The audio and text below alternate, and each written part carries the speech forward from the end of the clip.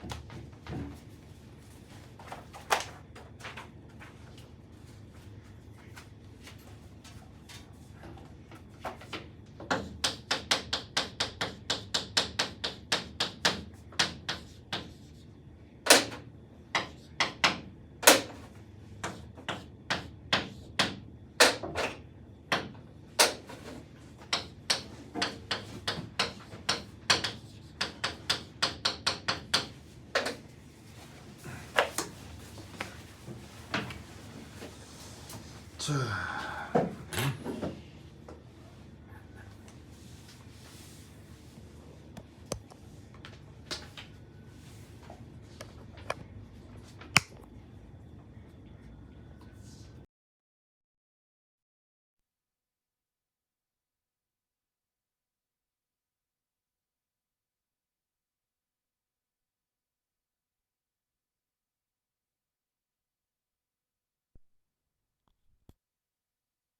여러분 목소리 들려요? 하나, 둘, 셋, 넷.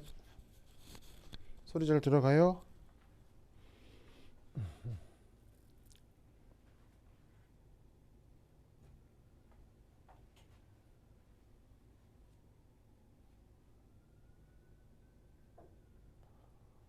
하나, 둘, 셋. 자, 소리 잘 들립니까? 네. 자, 가봅시다.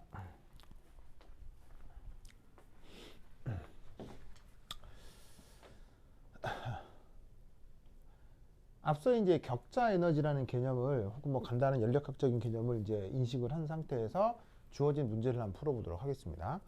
첫 번째, 그 누구에 대한 얘기가 나오냐면요. NaCl2라고 하는 어떤 이온 결합 고체 결정에 대한 얘기가 나옵니다. 그래서 이제 그 염소가 1- 음이온으로 있는데 여기 있는 소듐이 2+ 양이온으로 있는 이런 상황인 거죠. 그럼 이때 이 아무리 생각해도 이제 뭐 중학교만 나와도 NaCl인 건 다 알잖아요, 그렇죠? 그럼 이제 맨날 NaCl인데 NaCl2 그럼 사실 이런 게 있겠어요, 없겠어요? 이런 게 있을 리가 없잖아요. 그러니까 사실 없거든요. 이런 건 존재하지 않거든요. 그래서 여기다 이제 아예 그냥 이게 표현을 가상적이다 이렇게 한번 써본 거죠. 그래서 존재하지 않는 건데 그걸 이제 가정을 해보고 그 가정한 상태에서 계산을 했을 때 아, 이게 과연 되겠는지 안 되겠는지를 계산을 통해 알아보겠다라는 문제인 거죠. 자, 그럼 이때 여기에서 첫 번째 뭐 요렇게 격자 에너지를 계산해야 되겠습니다.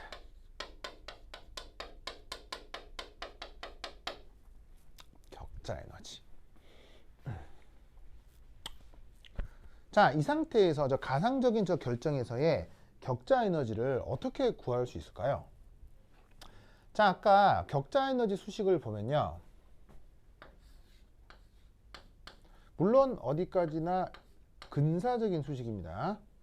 조금 더 자세한 표현이 있는데 그건 나중에 배워보도록 하고요. 대략값이 어떤 표현이었냐면 요거에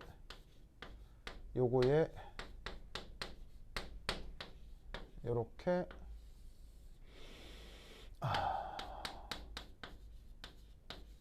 짜잔 이렇게 표현되는 게 바로 격자 에너지 표현이었잖아요. 그래서 각각의 항이 뭔지도 말씀을 드렸고요. 자, 그런데 지금 이 NaCl2는 우선 누구랑 비교를 좀 해봐야 되겠어요. 바로 NaCl과 비교를 좀 해봐야 되겠죠. 그러면 NaCl과 NaCl2를 비교했을 때 결정적으로 달라지는 값이 뭡니까?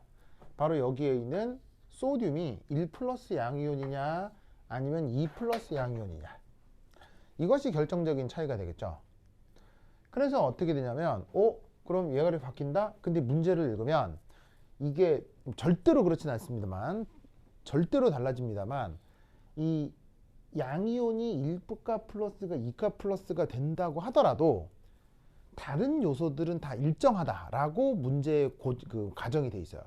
예를 들면 이온가가 바뀌어도 고체 결정 구조가 같다. 그럼 고체 결정 구조가 같다는 얘기는 마들롱 상수가 또 같고, 그 다음에 이온 반지름도 똑같기 때문에 여기에 나와 있는 항들이 대부분 다 똑같아진다는 얘기예요. 그럼 결정적으로 1 플러스가 2 플러스가 된다고 할 때 결정적으로 달라지는 것. 문제를 읽으면 이온 결합거리나 고체 결정 구조나, 그럼 고체 결정 구조가 같다는 얘기는 마델롱 상수가 같다는 얘기거든요. 그럼 이때 결정적으로 누가 달라지는 거냐면 여기에 있는 양이온가가 달라지는 거죠. 그래서 이 값이 어떻게 된다는 얘기예요. 만약에 얘가 2다. 그럼 그건 NaCl2를 얘기하는 거고요. 만약에 1이었다. 그게 NaCl을 얘기한다. 이렇게 생각을 해주면 되는 거죠. 그럼 이때 나머지 요소들이 다 같은데 이 자리만 1 플러스냐 2 플러스냐니까 바로 이 NaCl과 NaCl2의 격자 에너지는 어떻게 1과 2의 2배 정도의 차이가 날 거다, 이런 말이죠. 무슨 말 알겠죠? 그렇다면 이때 여기다가 얘를 근사적으로 어떻게 계산할 수가 있느냐, 바로 Na2Cl2니까, 그러니까 Na2 플러스 Cl2니까 2 플러스의 이온가 2배 한 만큼 누구를 곱해주면 되겠어요. 원래 NaCl의 격자 에너지인 마이너스 740을 곱해주면 된다, 이런 말이죠. 그래서 여기에 있는 이놈은 누구에 대한 거예요? 바로 NaCl에 대한 격자 에너지였죠. 이때는 1 플러스 1 마이너스니까 그것에 대해 2 플러스가 됐으니 이 격자 에너지의 근사적으로 2배가 됐을 것이다. 알겠죠? 그래서 쟤를 계산해주면 대략 값이 어느 정도, 아니 790이고요. 먼저 790이라고 줬구나. 이거 문제에서 제시된 값입니다. 790. 그러면 얘를 계산해 줄 경우 값이 어떻게 된다? 마이너스 1580 kJ/몰이다. 저런 계산을 해볼 수 있다는 거죠.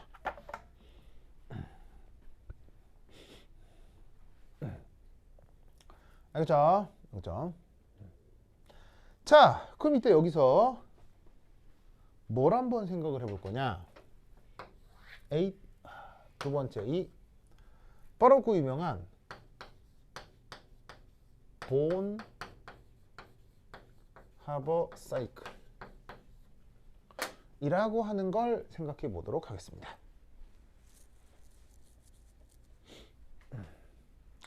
자, 본하버 사이클은 뭐냐면 나중에 헤스의 법칙이라고 뭐 생각해도 되는데, 어떤 특정 과정에 연력학적인 과정을 계산하는 간단한 게 논리적인 구조입니다. 특별한 건 아니고요. 본하버 사이클은 그 어디서 온 논리냐면 바로 앞서 얘기했던 엔탈피 있죠? 얘가 상태 함수다 라는 근거에서 온 그 에너지 계산법입니다. 그러니까 문제가 제시하고 있는 여러 가지 에너지들을 활용해서 지금 목적으로 하는 어떤 과정의 에너지를 구하는 계산법을 보나버 사이클이라고 해요. 그래서 뭐 실제적인 예를 한번 보시면 금방 이해가 될 것 같습니다. 자, 바닥에서부터 위로 올라갈수록 이게 더 고에너지 상태다. 이렇게 한번 생각을 해봅시다. 자, 우린 이때 여기서 어떤 생각을 하나 해볼 거냐면 바로 짜잔, 이 바닥에 소듐이 솔리드, 고체로 있는 어떤 상태를 한번 생각해 보겠습니다. 그리고 여기에 Cl2 분자를 이루어 기체로 존재하는 여기를 한번 시작으로 한번 생각을 해보겠어요.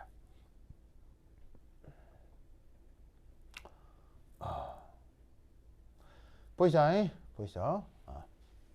자, 그러면 이때 그 다음 과정에서 우리는 어떤 생각을 하나 해볼 수가 있냐면, 여기에 있는, 자, 한 칸 더 갈까? 한 칸 더 갈 수도 있겠지. 한 칸 더 보내서 바로 Na 가스, 그 다음 ECl 가스, 그 다음 도달할 수 있는 상태를 바로 이렇게 한번 가정을 해보도록 하겠습니다. 그럼 여러분 잘 봅시다. 소듐 입장에서 솔리드가 가스가 되는 걸 무슨 과정이라고 했었죠? 승화 과정이라고 했죠. 승화.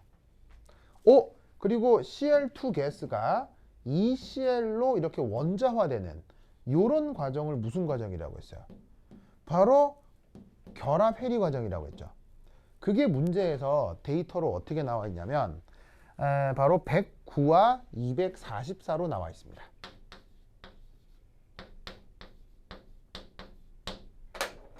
그래서 여기에 있는 이 109는 바로 승화와 관련된 엔탈피고요. 그 다음에 여기에 있는 244는 여기 있는 염소의 결합 해리와 관련된 엔탈피 변화를 뜻합니다. 아시겠죠? 이때 편의상 여기서 1이 변했다를 이렇게 위쪽 화살표 이렇게 표기를 해주는데, 이 위쪽 화살표의 의미는 바로 흡열이다. 이렇게 생각을 해주시면 돼요. 흡열이 뭐예요? 반응을 통해서 그 반응 대상들이 열 에너지를 흡수한 걸 흡열이라고 한다고 했었죠. 그러면 열을 받아들인 만큼 에너지 상태가 상승하는 거겠어요? 에너지 상태가 하강하는 거겠어요? 바로 에너지 상태가 상승하는 거다. 이렇게 생각을 해볼 수 있다. 이런 말이죠. 아시겠죠? 그래서 얘가 고체가 기체가 되면서 109만큼 에너지를 흡수했고, 그 다음 여기에 있는 Cl2가 결합이 끊어지면서 244만큼 에너지를 흡수하게 됐잖아요. 그래서 여기서부터 여기까지 변화가 109 더하기 244. 아시겠죠? 알겠죠? 그 다음 어떤 상태를 하나를 생각하냐면 바로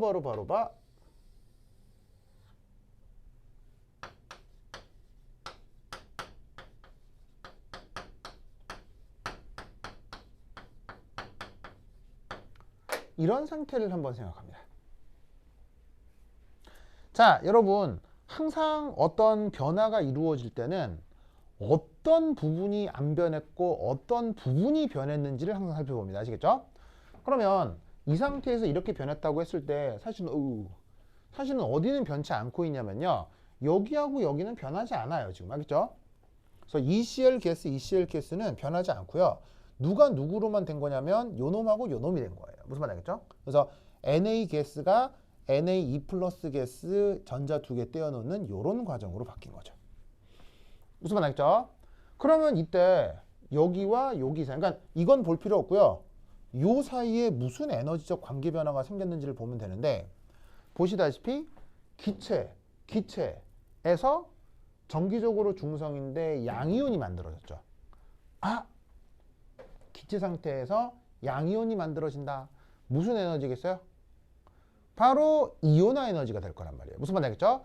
그 이온화 에너지가 문제 울매라고 되어 있냐면 바로 495와 4560이라는 데이터가 거기 나와 있을 거라고요. 자, 495와 4560이라고 하는 데이터는 뭐겠어요? 바로 얘는 이온화 에너지인데 바로 첫 번째 이온화 에너지일 거고요. 4560은 이 소디움의 두 번째 이온화 에너지가 되겠죠. 맞나요? 데이터에 나와 있잖아요. 그렇죠? 나와 있는 데이터를 활용하면 이 상태에서 이렇게 됐을 때 이만큼의 에너지적인 상승이겠구나. 그럼 당연히 이온화 에너지도 아까 말씀드렸다시피 이온화 에너지도 항상 흡열이라고 그랬어요? 발열이라고 그랬어요? 이온화 과정, 이온화 에너지 과정은 무조건 단 하나의 외에도 없이 흡열이라고 했죠. 그래서 이 상태에서 이렇게 에너지적인 상승이 또 이루어지고 있습니다.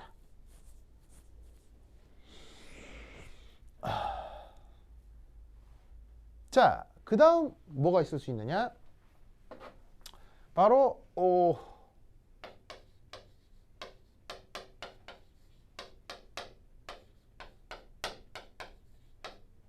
그 다음 이런 상태를 한번 생각해 보죠.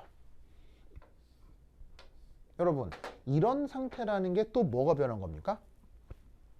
자, 아까도 얘기했듯이 안 변한 건 무시하고 변한 것만 살펴보면 된다고 했죠. 그럼 잘 봐요. 여기하고 여기에서 안 변한 게 누굽니까? 얘하고 얘는 안 변한 거잖아요. 결국 뭐? 얘가 이렇게 된 것만 생각하면 되는 거예요. 그러면 소듐에서 나온 전자가 염소로 흡수가 돼가지고는 뭐가 맹그러진 거예요? 음이온이 맹그러진 거죠? 그 음이온이 맹그러질 때 에너지를 뭐라고 하죠? 그걸 바로 전자 친화도라고 한다고 했잖아요. 그 전자 친화도의 에너지가 얼마로? 마이너스 349만큼의 전자 친화가 이런 식으로 발열 반응으로 나타나고 있다고요. 앞에 마이너스 4 붙은 거 발열 과정이라고 얘기를 했었죠. 알겠죠? 그런데 여기 349에다가는 또 약간 장식을 좀 더 붙여줘야 돼요. 어떻게? 여기에다가 곱하기 2. 저 곱하기 2는 왜 써야 되겠어요? 바로 여기. 이것 때문에. 지금 여기서부터 이 과정은 염소 원자 두 개가 두 개의 이온으로 만들어진 과정인 거죠. 그러니까 원래 전자 친화 에너지의 더블링이 돼야 될 거라 이런 말이에요. 무슨 말인지 알겠죠? 그래서 마이너스 349만큼 발열은 발열인데 이게 2배만큼 발열이 된다. 아시겠죠? 그리고 나서 얘가 이제 드디어 뭐가 될 것이냐. 바로 문제가 얘기하고 있는 NaCl2 솔리드.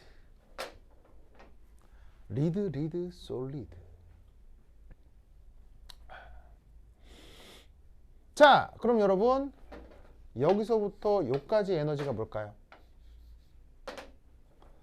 봅시다. 여기서부터 여기까지라는 게 뭐냐면 이온은 이온인데 이온들이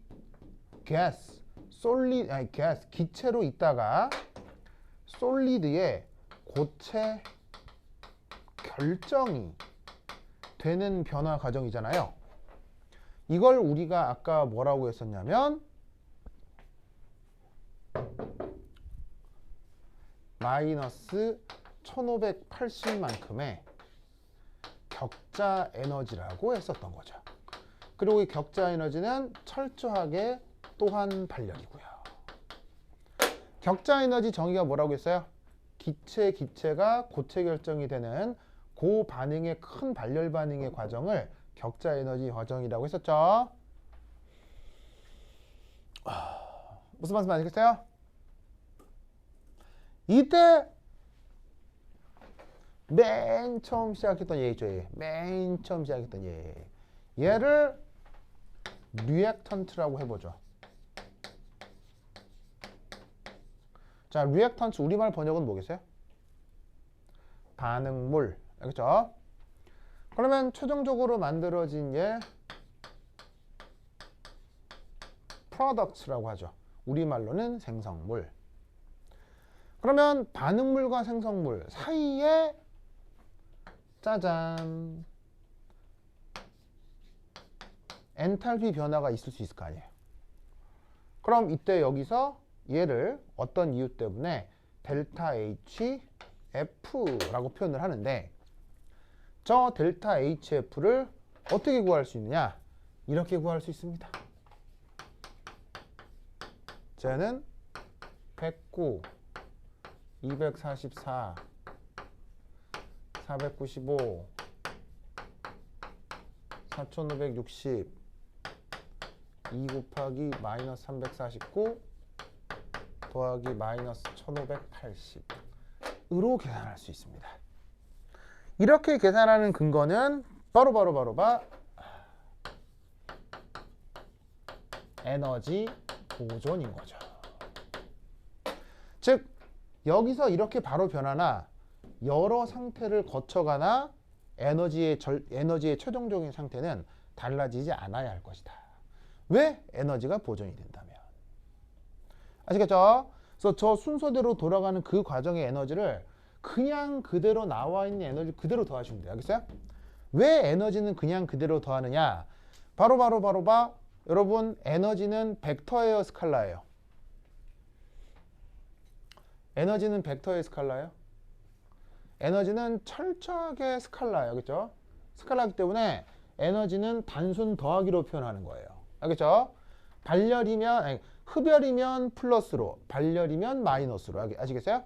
그것만 지키고 그냥 쫙 다 더하면 되는 거예요.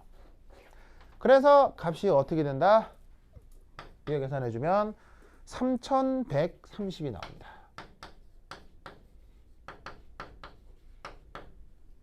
알겠죠? 그래서 저 과정의 최종 엔탈피 변화, 반응물과 생성물 사이의 최종 엔탈피 변화를 3130kJmol이라고 둘 수가 있어요. 이때 여러분들이 또 하나 알아둬야 되는 개념이 뭐냐면 바로 생성, 영어 표현으로는 우리말로는 생성 엔탈피, 영어로는 formation enthalpy change 라고 하는 것입니다. 이때 여기에 있는 이 formation에 요 생성을 뜻하는 formation의 요 F 있죠, F. 그걸 요 아래 첨자 F로 지금 쓴 건데 이것의 의미가 뭐냐면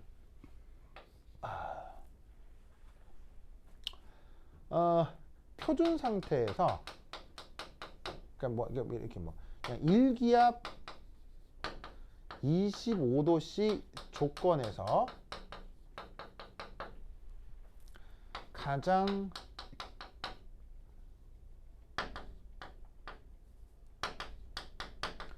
흔하게 존재하는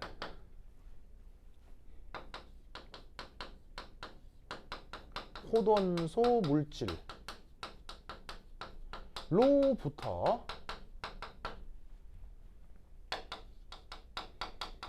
해당 물질이 합성될 때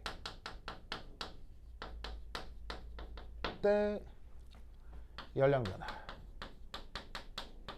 그걸 생성 엔탈피라고 합니다. 이 정의도 꼭 외워놓으세요. 그러면 예를 하나 들어봅시다. 지금 최종 생성물이 NaCl2 솔리드입니다. 그럼 여러분 여기에 Na, 소듐이라는 물질이 있죠. 소듐이 일기압 25도씨의 호돈소 물질로 어떻게 존재합니까? 바로 Na 솔리드로 존재합니다. 그 다음 이 화합물 속에 들어있는 염소가 역시나 일기압 25도씨에서 어떤 호돈소 물질로 존재합니까? 바로 Cl2 가스로 존재하죠. 일기압 25도씨 조건에서 염소는 Cl2 분자로 존재합니다. 그렇죠? 그러니까 순수한 호돈소 물질의 가장 흔한 상태로 최종 생성물이 만들어진다고 얘기를 하는 거죠. 그게 지금 언급하고 있는 리액턴트 상태인 거고요. 지금 언급하고 있는 프로덕트 상태가 된 거예요. 그래서 이때 엔탈피 변화를 델타 HF라고 얘기한 거고 지금 값이 3130으로 나타나는 거죠. 알겠죠? 그러면 이때 보시다시피 여기에 있는 3130은 너무 큰 흡열이에요. 너무 큰 흡열이란 얘기는 에너지 상태로 봤을 때 안정한 화합물이란 얘기입니까? 불안정한 화합물이란 얘기입니까? 아주 불안정한 화합물이란 얘기겠죠? 그래서 주어져 있는 이 NaCl2는 어떻게 된다? 너무 불안정하여 바로 존재하기가 어렵겠네요. 이런 해석을 하실 수 있으면 됩니다. 그럼 여러분 이 값들을 다 더한다고 했을 때 이 3130의 가장 큰 원인은 뭐겠어요?